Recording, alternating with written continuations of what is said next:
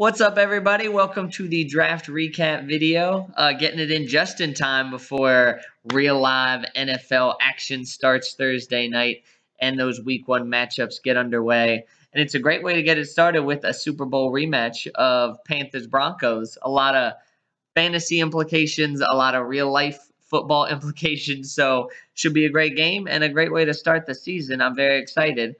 But let's go ahead and look back a week and look at how the draft ended up for everybody. So, first, let's start off by saying kudos to everybody who is at the draft. Some very savvy picks, top to bottom. A very impressive job done by everybody.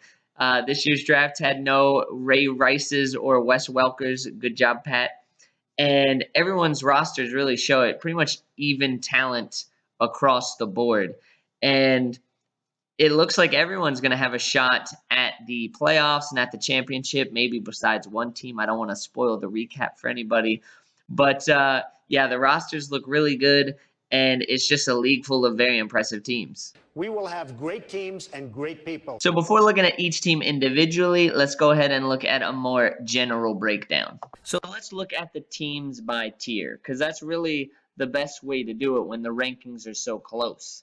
So your tier 1 teams, those are going to be your teams that drafted really well, look good on paper, and have a really good shot at the playoffs. So the tier 1 teams, well done, looking good.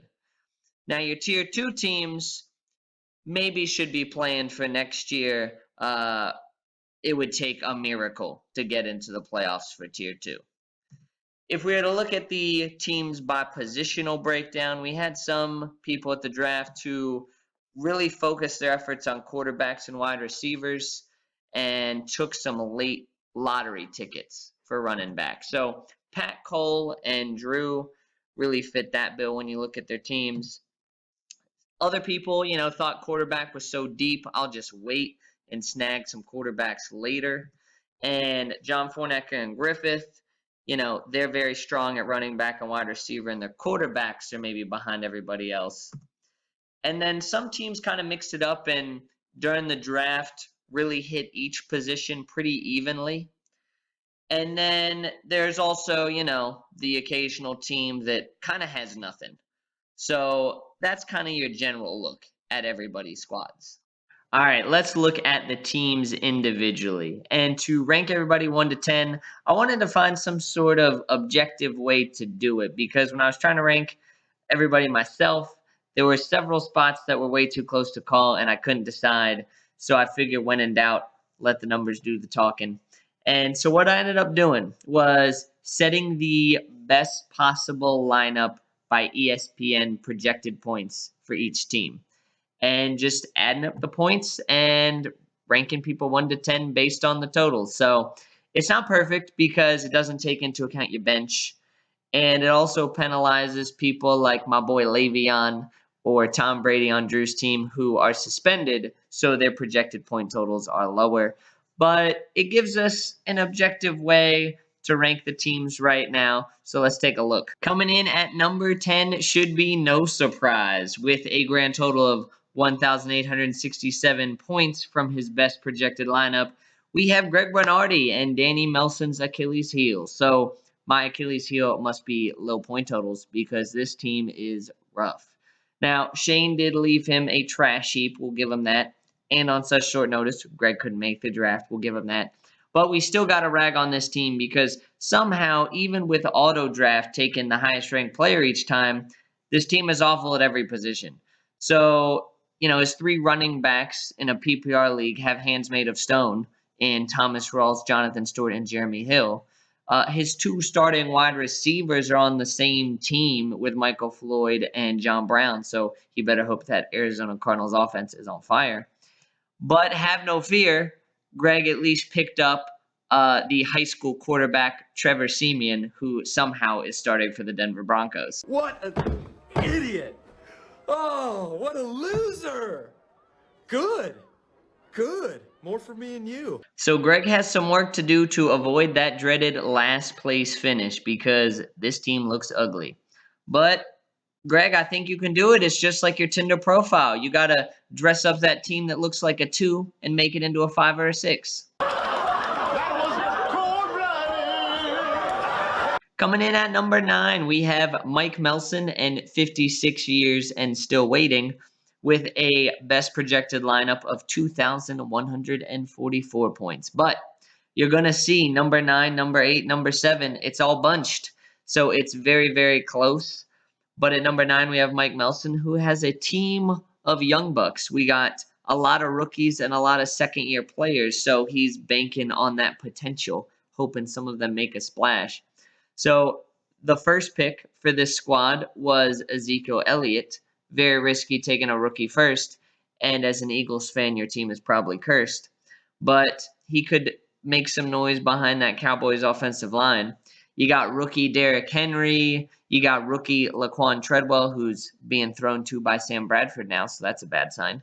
But you have also second-year players Jeremy Langford and Kevin White, who are both Bears, so that also might curse your team. But yeah, this team has a lot of potential, so we'll see where it goes. Number 9, Mike Melson. Next up at number 8, we have Stephen Griffith and Dr. Win-It-All with 2,156 points for his best projected lineup. So first up, with the new team name, a congratulations in order for Dr. Win-It-All, with Griff finishing up that PhD. All your hard work has finally paid off. Congratulations. You've joined that very exclusive PhD club, which only includes the best and the brightest scholars. But let's see if Griff has graduated to PhD of fantasy football. So his team does look very good this year, top to bottom, no holes really. He made a very bold choice with the selection of Tyrod Taylor in the 4th round. Now, many people had him as a sleeper, and I was hoping for him later. But yeah, Griff picking him early is really banking on that Hokie makes the next big leap. And then also Griff wins the award for who drafted the first kicker. So going in the 11th round, he got his boy Stephen Gostkowski. And yeah, problem with Gostkowski is, with that Patriots offense, Tom Terrific leads him down to usually touchdowns. He's just kicking extra points. But hey, he's in a high-powered offense. I'm sure he'll rack up lots of points for you. So all around, a very good squad coming in at number 8. All right, so continuing the countdown, you can see there's a little change of scenery and wardrobe for the video because had to take a little break and play a softball game, and Blues Brothers got the win tonight. And speaking of softball, next up on the countdown coming in at number 7 is the captain of our softball team, Stephen Cole and Testy Cole, coming in at 2,170 projected points from his best lineup. And Stephen Cole, I know he loves his team. Talking to him, he said he had a good draft, which he did. He got some steals with Phillip Rivers, with Drew Brees, 2 very solid quarterbacks. And the early wide receivers he also got with Keenan Allen and Brandon Marshall. So very solid at those positions. For running back, he had an interesting strategy of getting several PPR flyers who are, Matt Forte, Dion Lewis, DeAndre Washington. So he got several guys who definitely aren't top-of-the-line studs, but if he gets a couple that pan out on the season, he'll be in good shape. So you can't argue with the champ. There he is, clutching that trophy for dear life. So until someone can knock off the reigning champ, that's who we're all gunning for. Next up, coming in at number 6, we have Ben Weeks and La Liga Campeones with a grand total of 2,221 projected points for his best lineup. And Ben actually made half his picks for his draft. Sorry, Skype was being a bit of a pain in the ass, and we couldn't really get the volume right or the timing right with the draft. But appreciate you, Ben, getting in what you could. And the half of the draft you made, very nice job. Got some studs with those early picks. Jamal Charles at running back, which if he's healthy, he's fantastic. So you got to avoid that inevitable ACL tear that always happens with Charles. You got, 2 little guy wide receivers with Randall Cobb and Julian Edelman, who are PPR studs who just rack up 7-yard catches all day. And you also got Greg Olsen in the 4th, so now you have 2 Panther Cats and can double up on points on Panther touchdowns with Cam. So that'll make the Panther games that much more exciting. And then you also pair that with Todd Gurley, who's an amazing value for years to come at running back as a keeper in the 5th. 1, 2, 3, 4, 5. Ben's team looks quite solid, but the only problem is, of course, auto draft, because in late rounds, auto draft turns into a dope. So, sorry, Ben, you got stuck with the backup running backs for both the Bucks and the Redskins. Not much you can do with that. But yeah, time for Ben to work that waiver wire and see if he can round out the rest of his team. So maybe not the depth on this squad that everybody has, but Ben can still turn this team into a contender. So Ben coming in at number 6. All right, coming in at number 5 with a grand total of 2,223 total projected points. So barely edging out Ben Weeks for the number 5 spot. We have Rise and Shine, Mr. Freeman, and Johnny Fitz. So this team, very solid draft, no holes really at any position. Start off with a deadly duo at wide receiver with A.J. Green and Sammy Watkins. Then got some running back help, got Stafford and Blake Bortles for quarterbacks, Kelsey at tight end, all around a very solid draft. And the interesting thing about Johnny Fitz's draft is you could tell he did his homework. A lot of late round flyers with upside. Those young guys who the experts are projecting will break out. So you had Sterling Shepard for the wide receiver for the Giants, Paul Perkins, running back for the Giants, Jay Ajayi, Brashad Perriman. There are few people anywhere that would have known those names. I think he was reading them off a sheet. So Johnny Fitz came prepared to grab those guys quickly at the end of the draft. We'll see if those sleepers pay off. But yeah, very good team coming in at number 5. Next up, coming in at number 4, we have with a grand total of 2,233 total points for his best projected lineup. See, I told you it was very close. We have Drew Melson and Wiz Witt. And we had to have an emergency team name change because the old team logo had an Eagle Sam Bradford in it, and that won't do. So I do like the shout out to some delicious Philly cheesesteaks.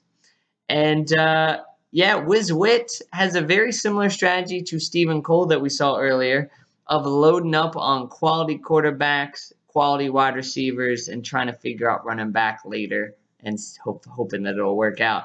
So Drew has Aaron Rodgers and Tom Brady at quarterback. Pretty good. And he has Odell Beckham and Jordy Nelson and Amari Cooper at wide receiver. Pretty good.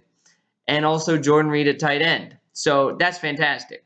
But at running back, he's got DeMarco Murray, Giovanni Bernard, and my boy from last year, Amir Abdullah, who I thought was the next coming of Barry Sanders.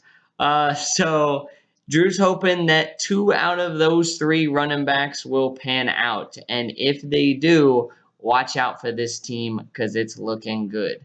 So, yeah, Drew's squad coming in at number 4. At number 3, taking home the bronze medal with 2,257 total points, we got John Fonecca and Gimme the Loot.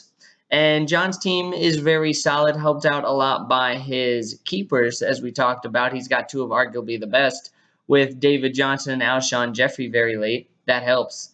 And then on top of that, to start the draft, John went with some extra help at running back with LaShawn McCoy, Dez Bryant at wide receiver. So some solid picks there. But what's interesting is how John handled the quarterback position, because John actually drafted 4 quarterbacks, so he kind of got a slew of them and is banking on a couple working out. He got RG3, who will probably be dropped by week 5. We'll see. He got Sam Bradford, who he already did drop. That was the right choice. The Eagles dropped him too. And Alex Smith, who you know what you're going to get with Alex Smith, probably 180 yards and a touchdown, but 0 turnovers. That's Alex Smith's game. But what's interesting is John's bold choice of Jameis Winston in the 6th round. So he picked him ahead of Matt Stafford, Blake Bortles, Kirk Cousins, Derek Carr. So Jameis Winston was a sleeper on a lot of guys' lists, and John wasn't afraid to go up and grab him. So, John's pinning a lot of his hopes on old famous Jameis. Maybe not the best character guy to pin your hopes on. I guess John threw all character concerns out the window because he is a crab leg stealer / possible rapist. Some are horrible people, horrible human beings. Who cares? I guess all that matters is if Jameis racks up the points. The Donald's right. So we'll see if Jameis has a strong year. Watch out for John's team because it'll look good top to bottom and be primed for a return to the playoffs. Coming in at number 2 and taking home the silver medal with 2,315 total points is the Commish, yours truly, and Fly Hard to Fly Harder. So I actually, looking back, I kind of hated my draft. I was targeting a bunch of players and was about to draft them, and they kept being stolen by you guys right before I was about to pick. And so then I would inevitably panic pick and choose someone kind of random. And after every selection, I felt like Job. I've made a huge mistake.